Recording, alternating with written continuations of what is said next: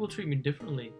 That was the funniest thing about this whole thing is before I used to be the invisible dude, and now I'm the guy people want to talk to. So we're going to talk about one of the changes that happened in Benham's life. Was a therapeutic session we did. It was a huge shift. I haven't even told him which one. Do you remember the black energy? Mm-hmm. All right. So we were sitting down just casually talking about something, and I was really grounded, and I was energetically just what I call being just wide, and I mean wide.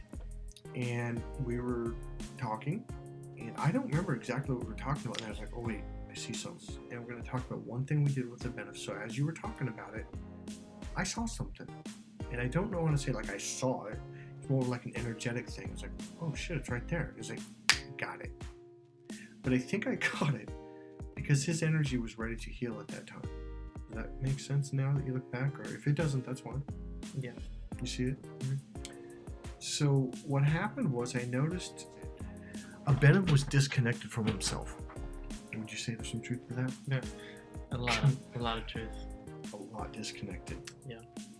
And you had that question mark thing going on. Where am I? Oh yeah, like 2 or 3 question mark things going on because I felt so alienated from myself. Like I would sometimes, it was so bad that sometimes I would be walking down the street and end up somewhere completely where I didn't want to be and just be like, how the hell did I get here? Right, dissociated. Now let's talk about the black energy because we didn't actually finish that. So Abhinav, we were talking and he brought up his sister. Why is she moving forward and why am I stuck? Like, I don't get it, I'm a good person, I'm smart and this and that. And as we were walking through it, I don't remember, again, it was a while ago, but all of a sudden, like, oh, he's just totally disconnected from himself. My whole course is about connecting you, the I, with the am. I am. Most men are I question mark out here. A lot of people are. Some women are too. You want to be open and you want to connect internally, and this is how you have that flow. So he was not connected. Not only was he not connected, but there was a part of you that you were pushing out. No. And it was trying to come back in, wasn't it? Mm-hmm. And so I go, what's it doing? Because it's an experience thing. It's an intuitive thing. I'm like, that thing's trying to get in it. And it's like you just see, it's like you were flexing, like you were tightening your muscles, like, nope, you can't come in. Mm-hmm. Right? And so what I did was I had completely wide open, and that's one thing that allows me to see what's going on with their energy, their body language, their tonality, the way they talk. Remember, can you see the difference between? Can you hear the difference between your voice now and the way it used to be? Yeah. What's the difference? It's a lot deeper. It's a little bit lower in my stomach. Before I could only speak from here. It felt like my voice was just stuck. Now it's a little bit lower in my chest. Yeah. And I think the biggest thing is that I'm actually paying attention to my voice more.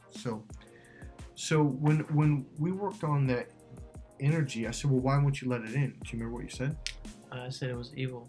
And I said, why do you think it's evil? What about it's evil? And you said? Because it's black. It's black.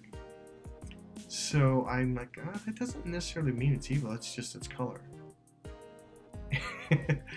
Black is my color now. Yes, it is. It's funny. You wear black now. Yeah. And so I forget what I said. I'm not going to go into detail. I reframed it. And while staying wide, which is another technique. And then I said, what would happen if you let it in? And you just... Mm-hmm. So when you realize that...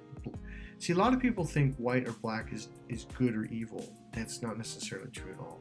Does that make sense? Yeah. So it's an unconscious representation a lot of people have. And so when you realize that and you let it back in, what happened? The first thing I noticed, the very, very first thing right off the bat was the feeling came back in my body. It's like, feel your body? Yeah. Like I stepped back into my body. I could feel my backbone. I could feel my muscles, my arms. And then I had a solid sense of myself. Would you say that more people treat you better because of it? Oh yeah, people treat me differently. That was the funniest thing about this whole thing is before I used to be the invisible dude, and now I'm the guy people want to talk to. So talk about the invisible dude at the bar when you're getting a drink and beer or something like that. This was maybe a couple of years ago. We were out at a bar, and then I was with Mike, and I asked the lady for a beer, and she turns around, she grabs a beer, and she turns back around to give it to me, but she's like, she can't find me. You know what I mean? And I'm standing right there. I haven't moved a single inch. Right. I haven't moved a single inch, and she can't even find me. And I literally felt like just standing there super invisible because everybody was moving, they're dancing all around me. And I was just standing there like, what is she looking for? I'm right here.